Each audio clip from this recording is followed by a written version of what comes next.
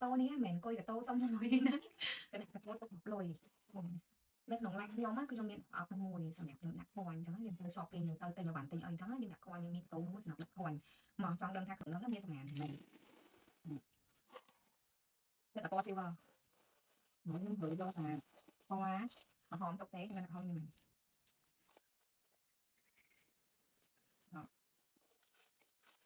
mình chẳng hiểu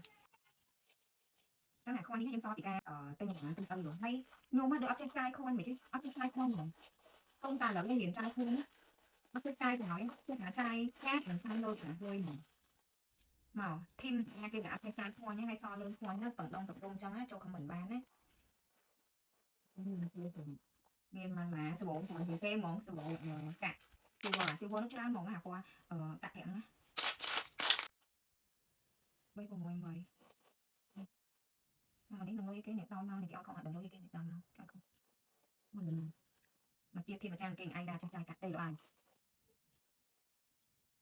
trong nàyนี้คือខ្ញុំទុកដាក់ packing ឡើងអញ្ចឹងទៅគឺខ្ញុំរៀនចង់ដូចកាក់អីអូខេអញ្ចឹងមកមានចាប់អារម្មណ៍ស្បែកមុខខ្ញុំមកភ្លឺថ្លាគីឡូលើគីឡូអញ្ចឹងណាពេលថ្ងៃគឺខ្ញុំប្រើតែ3មុខហ្នឹងឯងនេះអានេះផ្ដល់សំណើមទៅលើស្បែកអានេះជួយធ្វើស្បែកយើងត្រជាក់ហើយជួយបំបត្តិឡើងរោគកន្ទួលរមាស់ហើយបើអានេះវិញជួយធ្វើស្បែកមុខយើងគីឡូកាពីកម្ដៅថ្ងៃបានល្អខ្លាំងហ្មងអញ្ចឹងសម្រាប់អ្នកដែលគាត់ចង់បានស្បែកមុខទន់រលោងភ្លឺគីឡូបែបនេះបងយកជាមួយនឹង3មុខនេះប្រើពេលថ្ងៃ best ហ្មងអូបើកាន់តែបើសិនថានេះស្បែកប៊ីប៊ីគាត់អាចប្រើបានដែរអត់មានជាតិកាក់មានជាតិបំផ្លាញទៅលើស្បែកហើយមានតែជួយធ្វើស្បែកយើងទន់ភ្លឺលើគីឡូហើយត្រជាក់អ្វីដែលកាន់តែបើសិននោះបំបត្តិរោគបំបត្តិមុនបំបត្តិឡើងលក្ខណៈថាឡើងក្តៅនៅលើស្បែកប្រើនេះទៅគ្នាឲ្យហ្មងអញ្ចឹងសរុបមកមាន10 20 30 40 53បូកជាមួយនឹងលុយ$5ទៀតអញ្ចឹងមាន$58សម្រាប់ខ្ញុំគឺយើងទុកដាក់